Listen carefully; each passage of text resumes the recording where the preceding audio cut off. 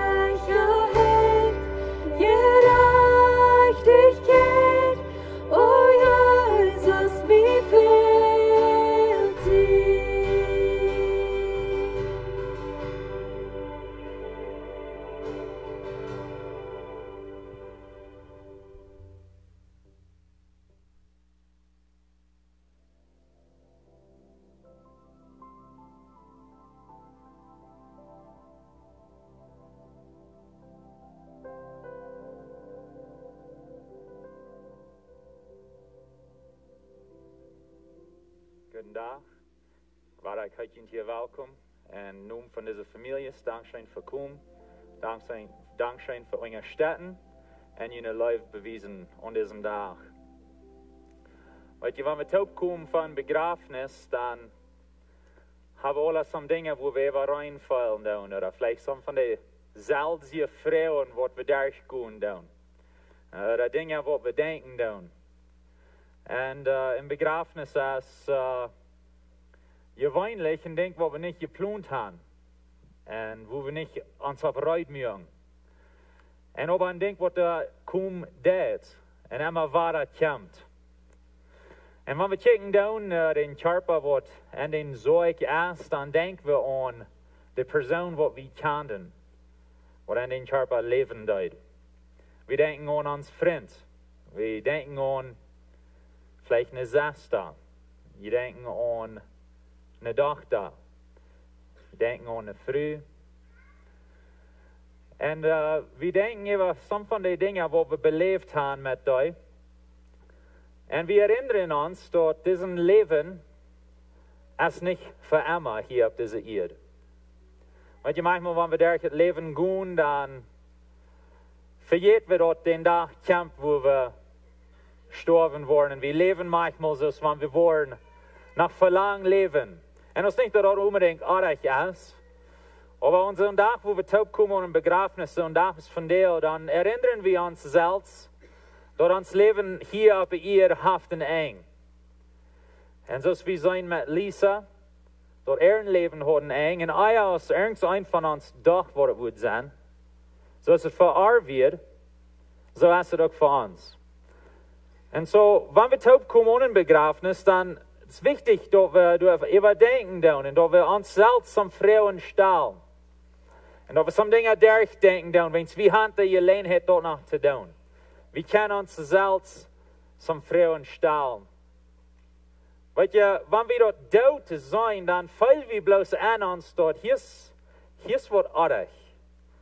Hier is een ding wat niet zo is als wat het moet zullen zijn. Dat is wat we vallen doen, in ons wat. En besonders zo'n kaas zoals Lisa, jong, 27 jaar, is best veel te jong.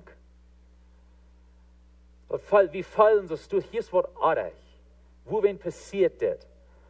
Hoe we in het leven zoals het is. En over de Bibel, die redt te deze vrouwen wat we manchmal hebben. En de Bibel, die zegt ons dat ons leven is bloos van kort en tijd. We hebben in vers in Jacobus kapitel 4, vers 14. Hij zegt zo dit, je weet überhaupt niet wat morgen zijn wordt. Wat is je leven?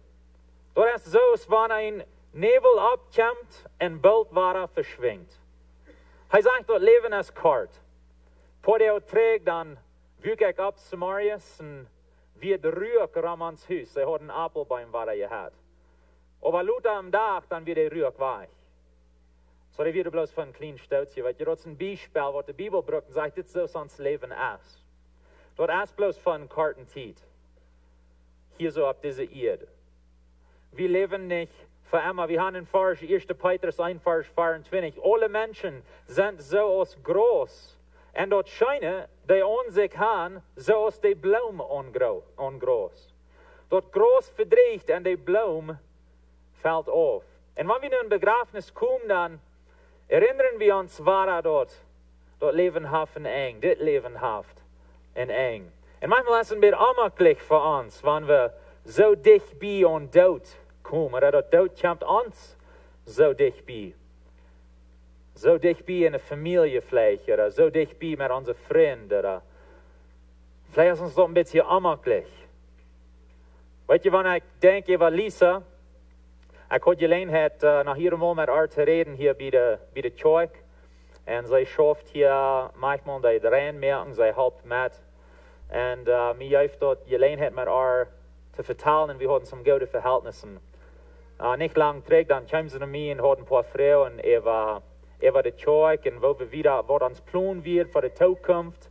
En zij weer ook begeisterd en moedig met de plans wat we hadden. En zo we hadden een goede vertaal over wo we gaan gingen als kerk en hoe we dat zo deden als wat we deden. En we hadden door een goede einigheid. En aber weet je, Lisa had ook plans voor de toekomst. Zij had ook dingen wat zij beschatten wil, wat zij beleven wil. Wo zij aankomen wil. was sie Port von will sein. Sie hat Plans. Und so wenn wir sein, dort dort kämpft und dort sei es ein Sorg, dann dort fällt sich auch wenn es die Plans, die sind nicht versteht. Jews Familie, wo noch Plans gehört haben, oder Träums gehört haben, wo die einen Tag waren gleichen zu tun, taub.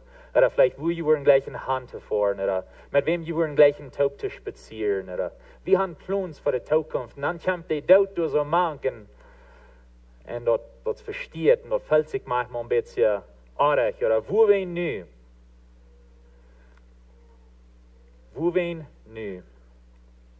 Statt je trägt, dann los meine Papa hier in Farge auf dem Begrafnis, und ich dachte, ich will den einmal frisch lesen, und das kommt von Psalm. Kapitel 90, Vers 12. Hij sagt, es steht, leer uns bedenken, dat wir sterben machen, dat wir klug worden. Leer uns bedenken, dat wir sterben machen, dat wir klug worden. Dat wordt klug door dat bedient wijsheid, dat wir wijs worden. Leer uns bedenken, dat wir sterben worden, dat wir von der worden wijs leven. Dat wir von der worden die rechte Entscheidungen nehmen über unsere Zukunft. Wir haben alle Plans für unsere Zukunft. Und ich glaube, keiner von uns hat unsere Plans für den nächsten Weg, da wir sterben wollen. Und den nächsten Weg. Ich glaube, Lisa hat auch nicht die Plans. Und aber manchmal dann kämpft die dort und die spart durch, und wie für die Plan dann so die Freil ist, denk wie du all an, verab, verrückt. Da wir in Weisheit leben, da wir die rechten Entscheidungen merken dann in uns leben. Weet je, Matthäus Kapitel 25, die jaft uns eine Geschichte, wo wen dort so wichtig ist, dass wir daran denken, dass wir einen Tag sterben wollen. Und er vertelt uns die Geschichte von jeden Tag, wenn wir alle wollen für Jesus stehen. Und wir wollen für seinen Thron ankommen. Und die Bibel redet davon, die Gläubigen, die wollen an der rechten Seite sein, und er braucht das Bild von einem Schub. Und die Ungläubigen, die wollen an der linken Seite sein, und er braucht das Bild von Cousin. In der Bibel. Und er sagt, wir wollen alle für Jesus stehen einen Tag.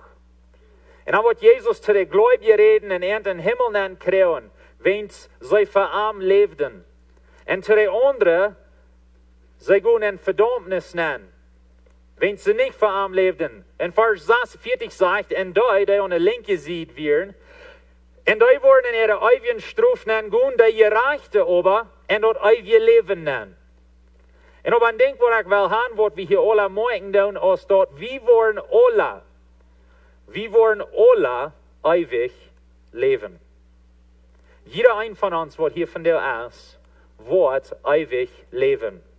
Dus niets wat we kunnen doen met dat. Dat is Gott ons gemerkt heeft. Dat merkt niets uit, wat die hier bij ihr des, du wirst ewig leven. De vraag is, wo wirst du ewig leben? Wo wirst du ewig leben? Das ist die Frage. Wenn wir wollen alle ewig leben. Und der Weg, wo wir die Frage beantworten können, wo wirst du ewig leben? Das können wir beantworten, wenn wir die Frage beantworten, dann, was glaubst du über Jesus? Was glaubst du über Jesus? Glaubst du, dass er wird, wer er sagt, er wird? Er sagt, er wird Gott sehen. Er sagt, er wird Gott. Jesus sagt, dass er wird raufgekommen in der Erde, um für uns zu sterben, um für uns eine Rettung zu schaffen. Und er sagt, dass er wird frisch abstehen vom Tod. Er wird nicht im Grab bleiben. Er wird frisch abstehen vom Tod. Und er wird trägen im Himmel fahren. Und unsere Rettung durch ganz fertig merken. Das ist, was er sagt. So eine Frau für dich, was glaubst du über Jesus? Hast du am angenommen und gesagt, ja, ich glaube Jesus, du bist, wer du sagst, du wirst? Hast du das getan? Wenn es dort, wo wir können lernen, unseren Tag, aus von dir. Weil ihr die Gelegenheit, die Entscheidung zu merken, über was wir glauben über Jesus, die Gelegenheit haben bloß wir, was hier noch leben. Lisa hat nicht mehr die Gelegenheit dort zu merken, aber Gott sei Dank, sie hat die Entscheidung gemerkt, als sie noch leben dort. Sie merkt die Entscheidung, an Jesus zu glauben. Und ihren Glauben und Vertrauen auf Jesus zu zaten. En wie han ook dezelfde gelegenheid, die van ons wordt naar leven doen. Wens de Bibel leert ons ganz klar, wir wollen alle ewig leben. Jeder ein von uns in dieser Stufe, jeder ein von uns wird tauharchen dat, jeder ein von uns wird ewig leben. Die Frage ist, wo wirst du ewig leben? Die Frage, zum die beantworten, dort haben wir bloß hier in dit Leben.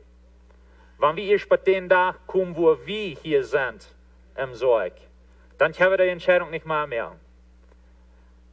Von der ist die Zeit.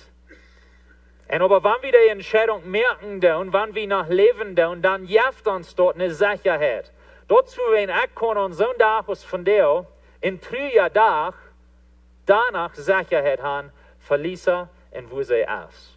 Wo wenn es die Bibel lehrt uns ganz klar, wenn wir die Entscheidung merken, über Jesus, dann haben wir eine Sicherheit, dass wir wollen, im Himmel können. Wir lesen in Vers in 2. Korinther, Kapitel 4, Vers 8. Paulus schrift het Brief und er sagt es dit. Wir sind aber ganz getrost. Wir sind ganz getrost. Wir würden viel lieber uns Körper verluten und Tüß beim Herrn sein. Er redet von uns als Christen. Und er redet von uns ganz bester Tag, wo wir ever wollen haben in uns Leben. Als der Tag, wo wir uns Körper verluten können und beim Herrn sein. Für uns wird hier noch bleiben, für uns ist es ein 3 Tag. Und das ist okay, das ist nicht mehr arg.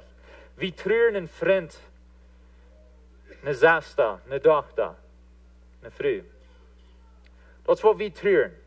Aber für Lisa bloß an eine gedacht, das ist der beste Tag, was sie hat gehört.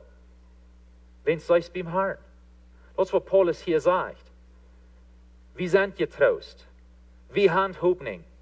Wann wir von diesem Körper weich machen, wann wir sterben, wie wird gläubig sein, wie wird an Jesus glauben. Wir weiten, wir sind beim Herrn. Und dort gibt uns, und so darf es das Hoffnung. Dort gibt uns als Familie eine Hoffnung und einen Trost.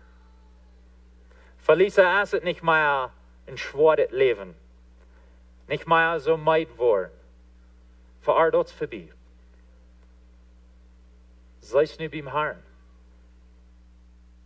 Die Bibel lehrt uns von einem neuen Körper, was wir kriegen tun. Dort nicht mehr Krankheit ist im Himmel. Dort Jesus du ist und er hat uns Leben bewiesen. Dort ist eine Hoffnung, was wir haben. Und so wie wir nach hängen bleiben, wie kann die Hoffnung haben und wie kann getrost sein. Wir weiten doch, wir wollen alle ewig leben. Und wenn wir hier ab dieser Erde, wenn wir hier sind, haben wir die Gelegenheit, die Entscheidung zu nehmen für Jesus. So ist Lisa da. Sie hat dort klar gesagt, sie hat dort bewiesen, sie hat sich deuten lassen, auf dem Glauben an Jesus, was sie hat. Und so wir können sicher sein, wo sie ist an so einem Tag, als von der. 1. Johannes Kapitel 4 verrät auch von diesem Thema, über diese Sicherheit, was wir können haben. Und in Vers 11 sagt Jesus dit. Gott hat gesagt, dass er uns das ewige Leben gegeben hat. Und das Leben ist in sein Sehen. Er redet von Jesus. Vers 12 sagt, wer Gott sein Sehen hat Leben. Und wer den Sehen nicht hat auch nicht Leben. Dit schrieb ich, dass je an Gott sein Sehen, je an Gott sein Sehen glauben, dort je weiten, dort je dort ewige Leben haben. Er sagt, das Ziel, wo wen er diese Versen schrieben, das ist dort, die von uns, wo an Jesus glauben, dort wie weiten können, dort wir dort ewige Leben haben. Weil some von uns haben vielleicht gelehrt, wir können dort nicht weiten. Aber die Bibel sagt ganz klar, wir können dort weiten. Er sagt, die wer den sehnhaft leben. Und das, was ich sehe, die Entscheidung, die wir merken, und das Leben, über was wir glauben, über Jesus. Das ist die ganz wichtigste Entscheidung, die wir merken können. Hast du den Sehen oder hast du den Sehen nicht? Wenn du den Sehen hast, dann hast du eine Hoffnung von der Zukunft. Dann hast du eine Sicherheit für Himmel. dann hast du eine Sicherheit, dass du war schon Jan da und der Reichte sieht sein. Von den Gläubigen, wenn du hast den sehen. Wenn du Jesus nicht annimmst aus den Radar, dann hast du nicht Sicherheit. Aber du wirst danach ewig leben. Bloß nicht bei Gott im Himmel. Und ich will Ihnen Mut machen, von der haben wir noch Zeit. Wenn wir leben, dann sind wir noch unter der Gnudenzeit. Dann haben wir noch diese Gelegenheit, Jesus anzunehmen. Und das, wo Lisa ein Beispiel wird. Ja, sie hat Trouble in ihrem Leben. So ist wie alle haben. Nee, sie wird nicht vollkommen. Ja, sie macht Fehler. Kriegt es jeder ein von uns tut. Aber wenn wir uns glauben und Jesus sagen, du es, wo unsere Rettung kommt. Nicht in wo gut oder wo perfekt wir leben tun. Wenn keiner von uns es vollkommen. Wenn wir den sehen haben, sagt es hier, dann haben wir Leben. Und so mögt den Bekenntnis von Glauben, so mögt den Bekenntnis von Jesus, dort sei den sehen hat, und so durchwehen kann ich hier von der Stunde mit voller Vertrauen und sagen, Gott sein Wort es so, ich glaube dort, ich bin mir sicher, so wird ihr Rat. Und wie kann die selbst Sicherheit haben? Jeder ein von uns, was hier ist. Wir dürfen nicht wundern, was es regen. Wo ich hinkomme, wenn ich auf einmal sterbe. Wir dürfen nicht wundern. Wenn ihr in diese Versen horchen, was ich hier gerade lesen deut, er sagt, ich schrieb das, dass ihr dort weiten kann. Dass ihr sicher sein kann. Du hast nicht einen Zweifel in den Versen. Er wundert nicht.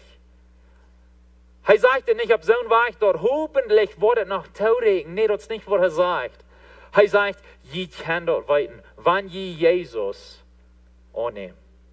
Wenn ihr den sehen haben. Dort gibt mir Sicherheit und dort gibt mir einen Trost und so ein Tag ist von dir. Und so ein Tag, wo wir dort Glück in Gesicht kicken, so zu sein. Dort kommt nur dich bei. Und aber wir haben Sicherheit in uns Gott.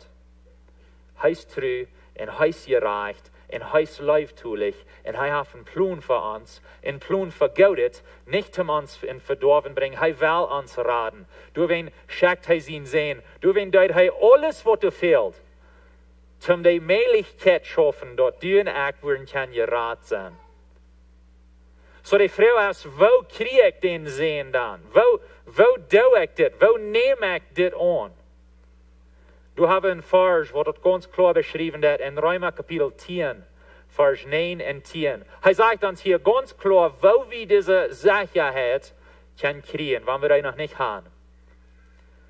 Er sagt, wenn du mit der Mühe Jesus als Herrn bekennst und glaubst in dein Hort, dass Gott am vom Tod abgeweicht hat, wirst du selig. Er sagt wieder in Vers 10, wer von Horten glaubt, wird gereicht.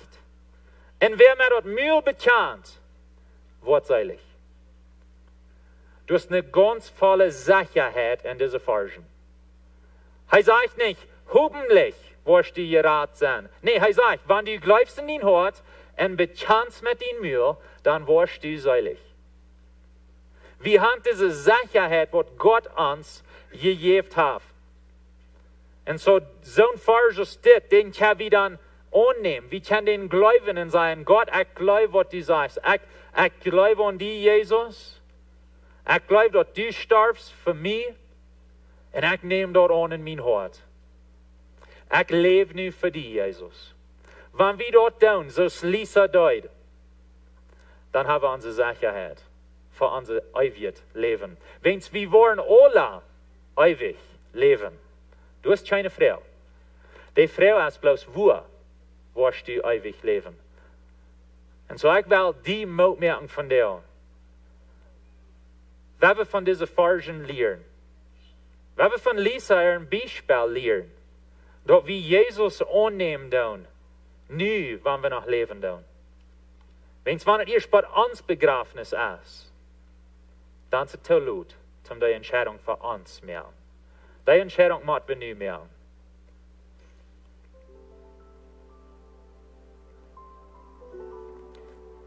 Zu der Familie würde ich noch ein paar Versen haben, tot een nieuwe vriend. Die van jullie wat nog nieuw weer aan Lisa. Eerstens is het dat God leeft jullie zo zeer. De Bibel zegt dat de Heilige Geest, hij is ons treuste. Hij is hier en rijdt ons om te voeten en ons leven te bewijzen. Hij is immer bij ons. Hij verlaat ons niet. En manchmal gut wieder schwere Tiden, und ich kann das nicht alle verstehen, aber es ist wichtig dort, wenn wir in so einer schweren Zeit sind, dass wir dann eine Gott drehen und nur an den Arm kommen, steht uns du dann von am Weg drehen. So ich will bloß Mut merken. Dreht immer weiter an Gott in jene schwere Tiden. Halt ihn vor so einen Arm. Er wird ihn nicht anschmieren. Even wenn wir nicht verstehen können, wo wen soll gestorben ist. Wir weiten dort Gott läuft uns. Wir weiten dort uns läuft, wenn es schafft uns eine Radung. Er jaft uns Hoffnung und er jaft Lisa Hoffnung. Sie hat eine Hoffnung auch. Und so Gott läuft uns. Und aber er will uns auch eine Sicherheit geben. Er schreibt ein paar Versen, Gott mögt das sicher, dass ein paar Versen würden in der Bibel nennen kommen, besonders für so eine Idee aus von dir. Und ich dachte, ich würde lesen mit Ihnen taub. 1. Thessaloniker, Kapitel 4, Vers 13 und 14. Paulus schreibt hier einen Brief, aber der Heilige Geist lädt Paulus zum das schreiben. Und er will sicher merken, dass diese Versen, die wir in der Bibel nennen kommen, kriegt für Jünd und so ein Dachs von dir. Er sagt, hier so steht, Geschwister, wir wollen Jünd nicht in Anklagen luten, über die all gestorben sind. Dort die nicht trüren brücken, so als die keine Hoffnung haben. Weil da sind Menschen in der Welt, sie haben keine Hoffnung für das Leben, nur das Leben. Und so dann denken, und wo wir dann trüren würden, wenn wir keine Hoffnung haben. Aber so werden wir nicht mal überdenken, aber Gott sagt, er will sicher merken, dass wir nicht dürfen, sonst dort durchgehen. Er will uns nicht in Anklagen luten. Und ich will ihn von der nicht in Anklagen luten. Er sagt wieder in Vers 14, weil wann wir glauben, dass Jesus gestorben und vom Tod abgestanden ist, wird Gott durch den Herrn Jesus und mit am Tod auch die in sich nehmen, die all angeschlagen sind. Er sagt, er will uns nicht in Anklagen luten. Wenn du wer für Jesus lebt und wenn sie an Jesus glauben und dann sterben, dann können wir sicher sein, dass sie wollen wie Gott sein. Und so wir dürfen nicht wundern, wo ist Lisa? Ich wundere. Nee, er hat uns nicht in Anklagen geluden. Diesen Gott im Himmel, er läuft uns so sehr, dass er will sicher merken, dass wir eine Sicherheit können haben. Er will uns nicht im Düsteren luten. Er will uns nicht dort so luten, wo sie trüren dann ohne Hoffnung. Ja, wir trüren, aber mit Hoffnung. Wir haben eine Hoffnung. Und dort dürfen wir nicht zweifeln. Das Gott, der uns so sehr läuft, er möchte sicher, dass diese Versen, die in der Bibel sind, für uns und so ein Dach ist von dir. Und so, wenn uns heute dann brechen wird, über was hier passiert ist, aber innerlich, kann wir eine Friede haben und weiten. Dass Lisa, sie glaubt an Jesus, sie bekannt haben aus ihrem Heiland, sie ist im Himmel. Wenn wir an Jesus glauben und Arm bekannt aus uns Heiland, dann sind wir auch auf dem Weg im Himmel. Und wenn wir hier einmal in Sorg liegen, dann weit wir, wo uns jetzt ist, wo unsere Säule ist. Der Körper wird vielleicht hier im Sorg sein, aber wir sind im Himmel. Und dann kann ja ein Tag weiter sein. Und spazieren vielleicht in Ubern. Wer weiß, was von Fatal wir dann wollen haben. Aber das gibt uns eine Hoffnung von der Zukunft. Das gibt uns eine Sicherheit und einen Gott, der uns leben wird, sogar in schweren Zeiten, was wir nicht verstehen können. Wenn ich so eine Versen lese, dort hält mich, dass ich kann ein Fuß war für den anderen Seiten, wenn einer nicht weiß, wo wieder zu gehen. Wir können wieder. Wir haben eine Hoffnung. Die Hoffnung ist Jesus. Dass er uns Rader ist und dass er uns Gott ist. Wir haben noch taub beten. Gott, ich danke dir für die Hoffnung, die wir haben in dir. Ich danke dir, dass wir eine Sicherheit haben. Und sogar an so einem Tag ist das, Gott, wenn wir schwere Zeiten durchgehen, du bist mit uns. Du wirst uns nicht allein lassen. Du wirst uns nicht in dies drin looten, du wirst uns nicht in Zweifel looten. Du läufst uns zu sehr zum dort down. Dankeschön, Jesus. Ich danke dir für, wer du wirst in Lisa ihren Leben und dort sei die Entscheidung nehmen, an die zu glauben. Ich danke dir für die Sicherheit, die uns dort geben wird. Und ich bete für all die, die hier sind, von dir, all die Zuhörer. Dort sei auch wollen die Entscheidung nehmen, an die zu glauben, wenn sie noch nicht haben. Dort sie wollen mit ihren Mühe bekennen, dort du Gott bist, dort du für ihren Sterben deitst.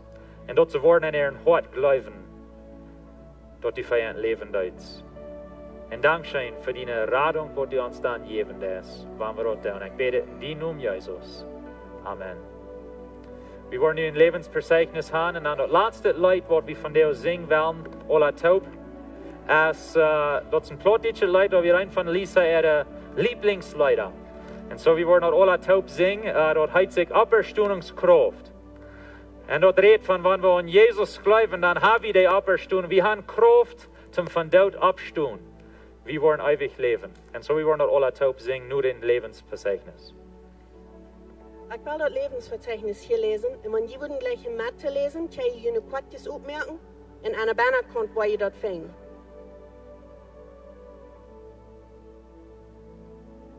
Lebensverzeichnis von Lisa Marie Freus de Deck.